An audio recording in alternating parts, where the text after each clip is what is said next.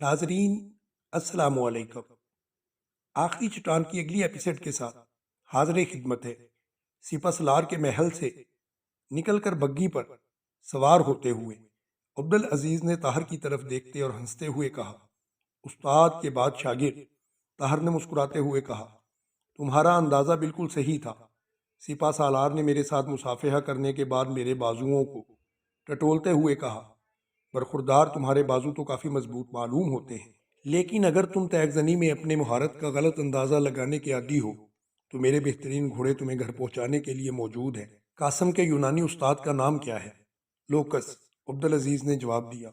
لیکن آپ پریشان نہ ہوں، مجھے یقین ہے کہ استاد شاگرد سے بہتر ثابت نہیں ہوگا۔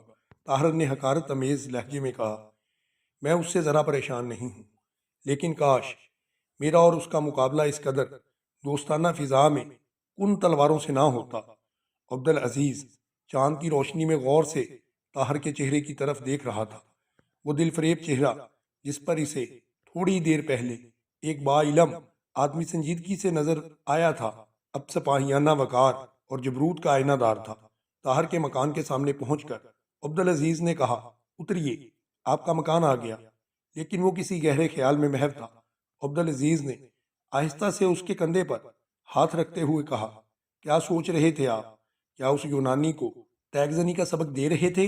طاہر نے چونک کر کہا، نہیں، میرے لیے یہ مسئلہ اس قدر اہم نہیں، میں کچھ اور سوچ رہا تھا۔ چنگیز خان اس وقت کیا کر رہا ہوگا؟ ترکستان میں سلطان علاؤالدین کیا کر رہا ہے؟ مصر میں کیا ہو رہا ہے؟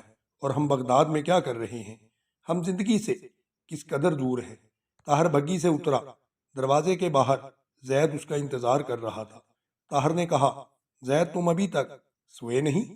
زید نے غصے، شکایت اور شفقت کے لہجے میں جواب دیا، یہ کیسے ہو سکتا ہے کہ آپ خالی ہاتھ شیروں کے کھچار میں جائیں اور مجھے نیند آ جائے؟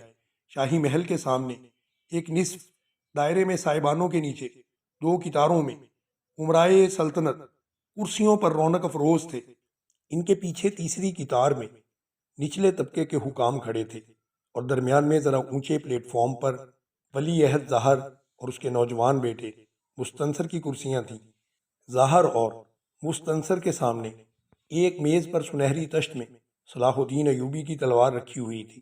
صاحبان اور شاہی محل کے برآمدے کے سامنے خالی جگہ پر ایک سرخ قالین بچھا ہوا تھا، اور محل کے برآمدوں میں ریشمی پردوں کے پیچھے شاہی خاندان اور امیر گھرانوں کی خواتین بیٹھی ہوئی تھیں۔ محل کے دوسری منزل کی کشادہ گیلری کے درمیان ایک خوبصورت محراب کے نیچے ایک سنہری کرسی دکھائی دے رہی تھی، اور شامیانی کے نیچے بیٹھنے والے تمام امراء کی نگاہیں اس کی کرسی پر لگی ہوئی تھیں۔ ولی عہد کے دائیں بازو پر وزیر اعظم اور شہزادہ مستنصر کے بائیں ہاتھ سپہ سالار کی کرسیاں تھیں، اور دوسرے وزراء، فوجی عہدے داروں اور بیرونی ممالک کے سفیروں کو ان کے مراتب کے لحاظ سے بٹھایا گیا تھا۔ چنگیز خان کے سفیر کی کرسی وزیر اعظم کے ساتھ تھی، اور علاؤالدین محمد شاہ کا سفیر عماد الملک سپہ سالار کے قریب بیٹھا ہوا تھا۔ پہلی کتار کے ایک سرے پر قاسم کی کرسی تھی، اور اس کے پیچھے دوسری کتار میں طاہر بیٹھا ہوا تھا۔ طاہر کے بائیں ہاتھ تین کرسیاں چھوڑ کر قاسم کا فرانسیسی استاد بیٹھا ہوا تھا، اور طاہر کے عین پیچھے تیسری کتار میں عبدالعزیز کھڑا تھا۔ طاہر نے عبدالعزیز کی طرف مڑ کر دیکھا اور آہستہ سے کہا، کیا ہمارا مقابلہ اس قالین پر ہوگا؟ عبدالعزیز نے مسکراتے ہوئے جواب دیا، یہ قالین خالی تو صرف اس لیے ہے کہ آپ کے مقابلہ وزیر اعظم کے صاحبزادے سے ہوگا۔ اگر یہ مقابلہ شاہی خاندان کے کسی فرد کے ساتھ ہوتا تو اس پر پھولوں کی سیج بھی بچھائی جاتی۔ طاہر نے مسکراتے ہوئے پوچھا، کیا چوگان کے لیے بھی میدان میں قلین بچھائے جاتے ہیں؟ عبدالعزیز نے آہستہ سے اس کے کان میں جواب دیا، نہیں، لیکن اگر ہمارے تنزل کی رفتار یہی رہی تو ممکن ہے کہ اس کے لیے بھی یہ رواج عام ہو جائے۔ آپ نے لوکس کو دیکھا؟ آپ کے بائیں ہاتھ چوتھی کرسی پر بیٹھا ہے۔ طاہر نے بائیں طرف دیکھا اور کہا، ارے یہ تو پوری تیاری کے ساتھ آیا ہے۔ عبدالعزیز نے کہا، آپ اسے ہر وقت اسی لباس میں دیکھیں گے، شاید یہ سوتا بھی اسی لباس میں ہے۔ آپ ہمت کریں، شاگرد کے بعد استاد کی باری ضرور آئے گی۔ شاید سپہ سالار شہزادہ مستنصر کے ساتھ اس وقت یہی بات کر رہا ہے۔ طاہر نے سپہ سالار کی طرف دیکھا، وہ مستنصر سے سرگوشی کے انداز میں کوئی بات کہہ رہا تھا۔ قاسم نے طاہر کی طرف مڑ کر دیکھا اور ذرا بلند آواز میں کہا، آپ پریشان نہ ہوں، میں یہ کھیل بہت جلد ختم کر دوں گا۔ اس کے جواب میں طاہر کی خاموشی پر لوکس نے ٹوٹی پھوٹی عربی میں کہا، لیکن اتنی جلدی نہ کرنا، اگر تم نے یہ تماشا فوراً ختم کر دیا تو دیکھنے والوں کو مایوسی ہوگی۔ آس پاس بیٹھے ہوئے لوگوں کی نگاہیں طاہر کی طرف اٹھ رہی تھیں۔ اس نے مڑ کر عبدالعزیز کی طرف دیکھا۔ طاہر کی پیشانی، جسے عبدالعزیز کی طرف دیکھنے کے بعد طاہر لوکس کی طرف متوجہ ہوا اور بولا، آپ مطمئن رہیں، دیکھنے والوں کو مایوسی نہیں ہوگی، شاید آپ کو بھی مایوسی نہ ہو۔ جب تک آپ خود اس بات کی خواہش نہیں کریں گے یہ کھیل ختم نہیں ہوگا۔ طاہر کے الفاظ میں ایک غائب درجہ کی خود اعتمادی تھی، اور وہ اپنے استاد کی طرح قاسم بھی اپنے جسم میں ایک ہلکی سی کپکپاہٹ محسوس کیے بغیر نہ رہ سکا۔ دوسری طرف برآمدے میں ریشمی پردوں کے پیچھے خواتین کے اجتماع میں صفیہ سکینہ سے کہہ رہی تھی، دیکھا میں نہ کہتی تھی کہ قاسم کی زبان اس کی تلوار سے کہیں زیادہ تیز ہے۔ سکینہ نے کہا، وہ کوئی دوستانہ بات کر رہے ہوں گے۔ صفیہ نے کہا، اگر کوئی دوستانہ بات ہوتی تو سلسلہ کلام اس کے جواب پر ختم نہ ہو جاتا۔ قاسم کے منہ سے کوئی سخت بات نکل گئی ہوگی، اس کے یونانی استاد نے تائید کی ہوگی، اور اب اسی کا جواب سن کر دونوں بھیگی بلیوں کی طرح سر جھکائے بیٹھ گئے ہیں۔ سکینہ نے کہا، میرا بھائی تو ایک شیر کی طرح بیٹھا ہوا ہے، تم ہر بات فرض کر لیتی ہو۔ بھلا تمہارے پاس کیا ثبوت ہے کہ قاسم نے اس سے کوئی سخت بات کی ہوگی؟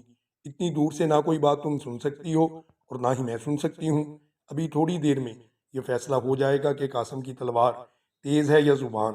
قاسم اس کی ایسی درگت بنائے گا کہ وہ دوبارہ تلوار کو کبھی ہاتھ نہیں لگائے گا۔ صفیہ نے کہا، اگر قاسم کی درگت بن گئی تو؟ سکینہ نے کہا، صفیہ خدا سے نیک دعا مانگو، تمہیں اس اجنبی کے ساتھ اس قدر ہمدردی کیوں ہے؟ صفیہ نے چونک کر جواب دیا، مجھے ایک اجنبی کے ساتھ نہیں، اس مجاہد کے بیٹے کے ہمدردی ہے جس نے یروشلم پر مسلمانوں کی فتح کا جھنڈا نصب کر کے صلاح الدین ایوبی کی تلوار حاصل کی تھی۔ میں نہیں چاہتی کہ اس کا بیٹا بھری محفل میں اپنے باپ کی اس مقدس امانت کا نااہل ثابت ہو اور قاسم اس تلوار کو حاصل کر لے۔ کیا وہ ایک سپاہی نہیں؟ سپاہی؟ سپہ سالار کی لڑکی سے پوچھو وہ کیا سپاہی ہے۔ زیادہ جاننا ہو تو عبد الملک کی بیوی سے پوچھ لینا، وہ صرف قالین پر کشتی لڑنے والا پہلوان ہے۔ پتھریلی زمین پر 4 منازل طے کرنے کے بعد سپہ سالار سے لڑ کر گھر لوٹ آیا تھا۔ ابھی وہ باتیں ہی کر رہے تھے کہ خلیفۃ المسلمین کی آمد کی خبر کا اعلان ہونے لگا۔ طاہر جو سر جھکائے بیٹھا تھا وہ بھی سفید ریش خلیفہ کی طرف دیکھنے لگا۔